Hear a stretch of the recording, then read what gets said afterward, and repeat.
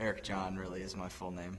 I'm from St. John, Indiana, and I got into music probably when I was in 4th grade.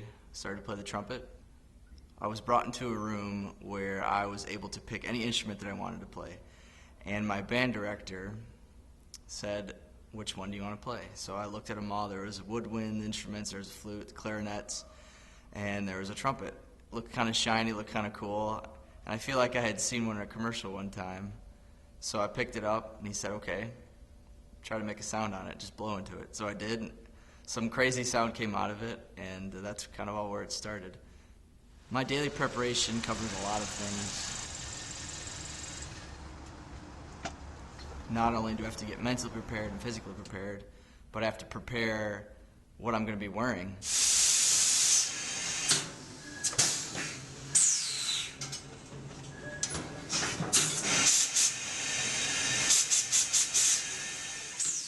Press my uniform, and it's really important that I look good, because it's just important. That my job is important, what I'm playing for is important, and it deserves attention to detail. Deserves my best. My name is Jari Villanueva. I'm a bugler and brass historian. I'm a graduate of the Peabody Conservatory of Music and Kent State University in Kent, Ohio. For 23 years, I served as a bugler at Arlington National Cemetery with the United States Air Force Band. The 24 notes that are sounded by military buglers evoke such emotion to family members because it's the last time that they'll hear this piece of music. It has become our national song of remembrance.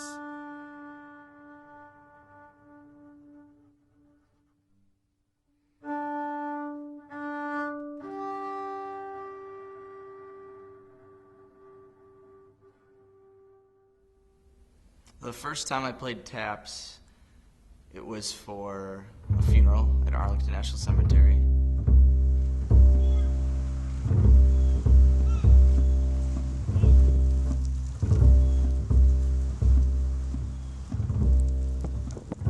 I try to focus on what I'm doing at the moment and not focus on what is actually happening. I'm there to play as beautifully as I can and honor the fallen soldier that we are laying to rest.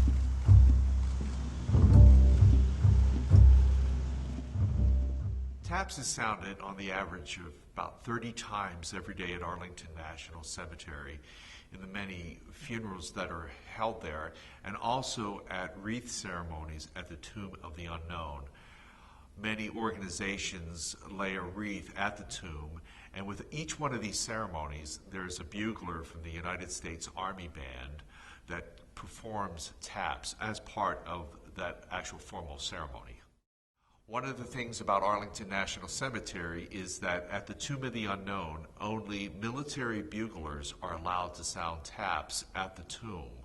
No civilians are allowed to have that honor.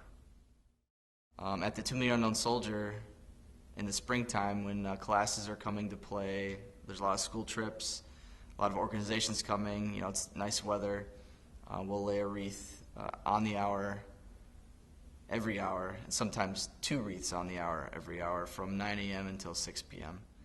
I get to play right next to the tomb guards.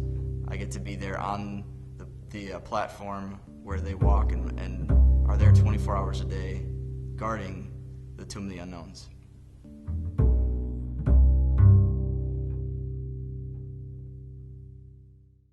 The buglers that sound taps are among the most highly trained musicians in the country. From a musician standpoint, the caliber of players that we have in the Army Band are definitely top tier. Just to get into the band is quite the process. I've always regarded this as the military musician's equivalent of playing Carnegie Hall.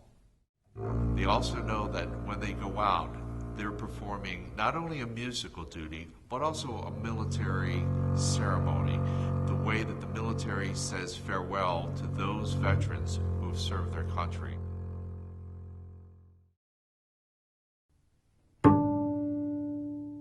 Passage. She remembers a cotton blanket edged in green eyelet, barefoot, unaware, grounded and sheltered. Fall asleep, child. The rocking and cooing that held him here. She remembers teaching him to play jacks, whistle a piece of grass, precise bounce and catch. He is still too young to define, like jazz fingers through hair, teasing the flesh. Place a strand between thumbs and blow. Those 24 notes of remembrance knell an indefinite leave to remain. Rain and memory. Tangled, she loses her illusion of innocence to rawness. She is in the custody of mourning, a loss she cannot name. This is part of the passage. Anguish and lullabies.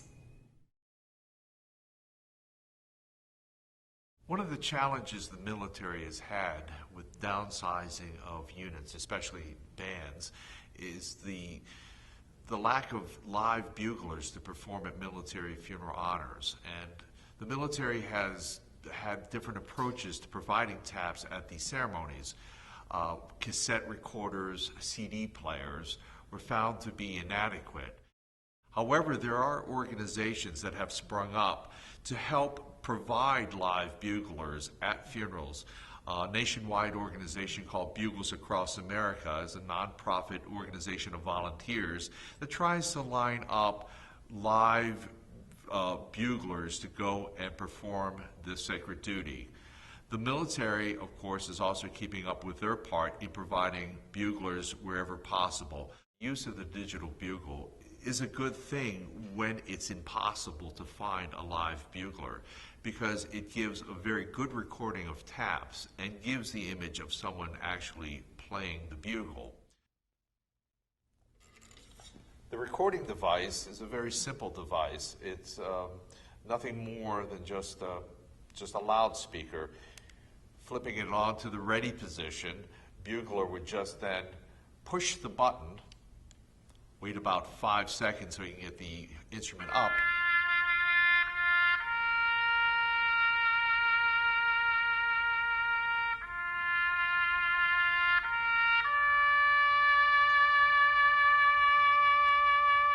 and of course the notes of taps would come out. At Arlington, the digital bugle is not used. It's all performed by live musicians. There's that human interaction that goes to be spoken for. The unique and wonderful thing about the performance of taps with a live musician is that it is a musical interpretation by the performer. Taps, of course, is open to interpretation by musicians. Taps as a live performance is an experience. It's coming from a human being, and it's honoring another human being. And it's different every time. And that's the cool thing about it. That's what's really, really awesome. It's never the same. And it's different from person to person. It changes constantly. So it's special every time.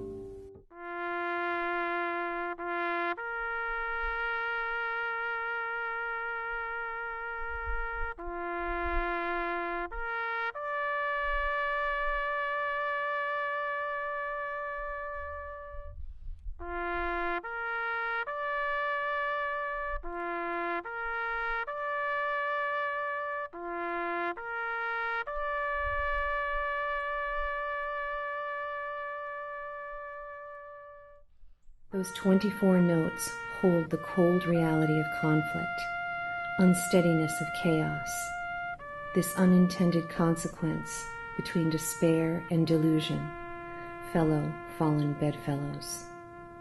Now it is both done and undone, like a cry rising, this is the end, and this is the beginning, all at once.